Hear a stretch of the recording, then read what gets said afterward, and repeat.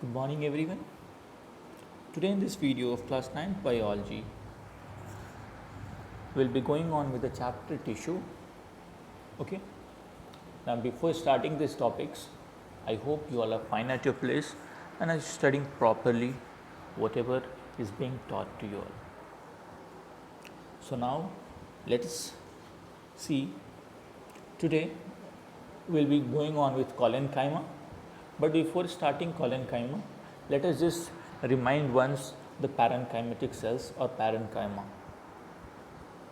Now, as you know, parenchyma cells को हम लोगों ने फिलर टिश्यू भी बोला था. parenchyma cells से बने हुए टिश्यूज जो थे उन्हें हम लोगों ने फिलर टिश्यू भी बोला था. क्यों? Just because they fill the empty spaces, they are used to provide rigidity, they provide firmness. वो क्या करते हैं? सेल को रिजिड बनाते हैं, रिजिड बनाते हैं, वो सेल को फर्म बनाते हैं. ठीक है, means their main work is to provide rigidity. वो सेल को फर्म बनाते हैं, रिजिड बनाते हैं, एक पर्टिकुलर शेप प्रोवाइड करते हैं. तो इसीलिए उनको हम लोग क्या बोलते हैं? फिलर टिश्यू भी बोला जाता है. साथ ही साथ they are also use to store the material, so they were also called as food storage tissue. Okay. Now further parenchyma दो पार्ट में डिवाइडेड था आपका. एक था क्लोरेन्काइमा और दूसरा था एरेन्काइमा. तो इफ़ यू ब्रेकअप क्लोरेन्काइमा,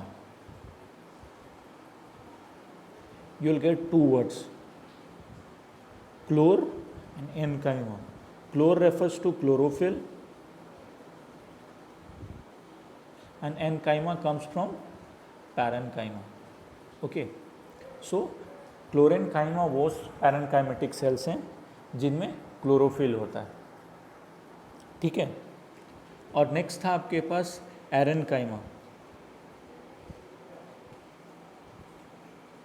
तो इसमें एरेन एक टर्म आ रहा है एयर का और एक आ रहा है एनकाइमा का जो कि पैरेन्काइमा का है. ठीक है. So we have got two terms. एक है एरेन्काइमा जो कि एयर से रिलेटेड है और एक है एनकाइमा जो कि पैरेन्काइमा से रिलेटेड है. So here the main work of main characteristics of this aerenchyma is that as you know जैसे जैसे डेंसिटी डिक्रीज करता है what happens, things start floating on water. और जैसे जैसे इंक्रीज करता है they start dipping inside the water, they start submerging inside the water. Now as you know air is lighter, so all these things parenchyma mostly they are responsible for floating of the plants. Clear? This was all about parenchyma. Now we'll start with the collenchyma. Collenchyma are made up of living cells somewhat elongated with cellulose thickening at the corners. ये जो corners हैं आपके पास, ये part हुआ, ये part हुआ, ये part हुआ, ये क्या है? सेलुलोज थिकनिंग्स हैं. कॉर्नर्स जो ये हैं वो सेलुलोज थिकनिंग है. Already it has been written here thickened corners. क्यों? Just because of deposition of cellulose out here. ये क्या है? कॉलेनकाइमा सेल्स हैं. ये किस चीज़ से बने हुए हैं? लिविंग सेल्स से बने हैं. ये चीज़ आपको ध्यान में रखना है कि पैरेन्काइमा और कॉलेनकाइमा सिंपल परमानेंट टिश्यू का ये दो पार्ट्स, पैरेन्काइमा और कॉलेनकाइमा, यही दो लिविंग हैं. इसके अलावा जो स्क्लेरेन्काइमा है आपका वो डेड सेल्स से बना हुआ है, वो एक टाइप का डेड टिश्यू है. ठीक है. सो यू नो कॉलेनकाइमा क्या है? ये लिविंग सेल्स से बना हुआ है. ये इलोंगेटेड है with cellulose thickening at the corner, यानी कॉर्नर्स पे सेलुलोज का थिकनिंग है, सेलुलोज का थिकनिंग है. क्लियर? यह है आपका कॉलेनकाइमा सेल्स का कैरेक्टरिस्टिक्स. अगर फर्दर हम देखें इनका फीचर्स क्या क्या होता है. They are made up of living cells. ये तो हमने सबसे पहले देखा कि they are made up of living cells. ये चीज़ आपको बार बार मैं बोल रहा हूँ, आपको ध्यान रखना है कि पैरेन्काइमा और कॉलेनकाइमा दो लिविंग सेल्स से बने हुए हैं और स्क्लेरेन्काइमा आपका डेड सेल से बना हुआ है. Clear? They are found as a longitudinal strips, और ये लॉन्गिट्यूडनल स्ट्रिप्स बना ऐसे रहता है. ठीक है. They have large central vacuole. You can clearly see here कि इस सेल में एक बहुत ही बड़ा ऐसे वेक्यूल है. आप यहाँ पे देख सकते हो कि इस सेल में बहुत ही बड़ा यहाँ पे एक वेक्यूल है. ठीक है. They have large vacuole peripheral cytoplasm, यानी कॉर्नर पे ये साइटोप्लाज्म आप देख सकते हो, ये डॉट डॉट डॉट जो दिया हुआ है आपका, ये कॉर्नर पे दिया हुआ है, यानी कि peripheral at the corners at the side, जो साइटोप्लाज्म जो प्रेजेंट है वो एट द साइड है। And the nucleus, clearly you can see a nucleus एक साइड में, न्यूक्लियस बीच में नहीं है, at the centre. nucleus is not present at the center. Here also you can see nucleus is not present at the center. Is nucleus is present at the periphery, किसी एक corner में nucleus present है, ठीक है। साथ ही साथ cytoplasm जो है वो भी आपका किसी एक कॉर्नर पे प्रेजेंट है, ऐसे वो बीच में नहीं है, ठीक है। ये किसका कैरेक्टरिस्टिक्स है, कोलेनकाइमा का है, ठीक है। Next you will see that they are very little intercellular space. Clearly आप देख सकते हो कि किसी भी दो सेल के बीच का स्पेस बहुत कम है। आप चाहे ट्रांसवर्स सेक्शन में देखो इमेज को या लॉन्गिट्यूडनल सेक्शन में देखो, आप देख सकते हो बहुत कम स्पेस है, यहाँ भी बहुत कम है, यहाँ भी बहुत कम है, इसके बीच में भी बहुत कम है। तो ये कोलेनकाइमेटिक सेल्स में क्या है, इंटरसेलुलर स्पेस बहुत कम होते हैं, ठीक है। And they are circular, oval और एंगुलर इन ट्रांसवर्स सेक्शन।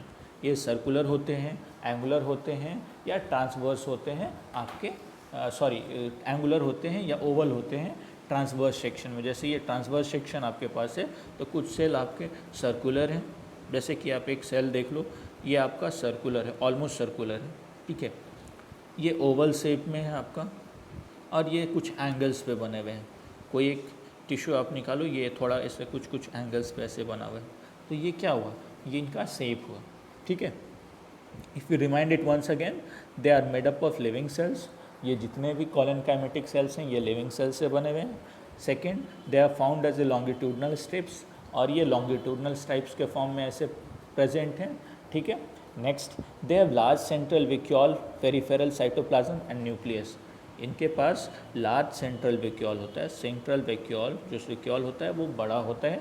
उनके पेरिफेरल साइटोप्लाज्म, कॉर्नर पे ऐसे साइटोप्लाज्म प्रेजेंट होता है, और साथ ही साथ एक कॉर्नर पे न्यूक्लियस भी प्रेजेंट होता है। Clear? They have very little intercellular space, और इनके बीच में जो स्पेस होता है इंटरसेलुलर स्पेस वो बहुत छोटा है। लास्ट में है आपके पास, दे अपीयर सर्कुलर, ओवल और एंगुलर इन ट्रांसवर्स सेक्शन। ये सर्कुलर, ओवल या एंगुलर है ट्रांसवर्स सेक्शन में। क्लियर?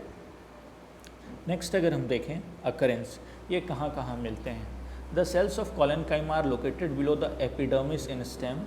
एपिडर्मिस के अंदर में, स्टेम का जो ऐसे स्टेम है इसके अंदर में, एपिडर्मिस में ये प्रेजेंट है, ठीक है। पिट्यूल एंड स्टॉक ऑफ लीव्स, ये स्टॉक हुआ आपका, ठीक है, लीव्स के पिट्यूल स्टॉक में। And mid ribs of the dicot leaves, ये जो आपका मिडिल वाला रिब है इसको हम लोग बोलते हैं मिड रिब, ये हुआ आपका मिड रिब। इसमें भी प्रेजेंट होते हैं कौन से सेल्स, कोलेनकाइमा सेल्स, ठीक है। इसमें कौन से सेल्स प्रेजेंट होते हैं, collenchyma cells. Clear? Further if you see the function, it provides tensile strength and rigidity to the plants due to thickening, और as we know just like at the corners यहाँ पे ऐसे thickening होता था, ठीक है। तो इसके कारण क्या करते हैं, ये टेंसाइल स्ट्रेंथ और रिजिडिटी प्रोवाइड करते हैं, प्लांट को स्ट्रेंथ को इंक्रीज़ करते हैं और साथ ही साथ रिजिड बनाते हैं। इसलिए इनको क्या बोला जाता है, मैकेनिकल टिश्यू भी बोला जाता है, इन्हें मैकेनिकल टिश्यू बोला जाता है। नेक्स्ट अगर देखें तो है, it provides elasticity to the plant organs, thus allows easy bending in various parts of plants like leaves, stem, etc. without actually breaking them. तो क्या होगा, ये elasticity प्रोवाइड करते हैं, और elasticity के कारण क्या होता है, just because they are elastic it provides easy bending. easy bending के कारण क्या होता है, when there is a wind, जब भी आपके पास आंधी होता है, विंड होता है, wind that blow with a greater force, what happens, it allows it's easy bending. Bending के कारण क्या होता है, लीव्स, स्टेम, ये क्या ब्रेक नहीं करते हैं, ठीक है, ये ब्रेक नहीं करते हैं। ये कोलेनकाइमेटिक सेल्स इलास्टिसिटी प्रोवाइड करते हैं, और इलास्टिसिटी के कारण ही ये सेल्स ब्रेक नहीं करते हैं, ठीक है।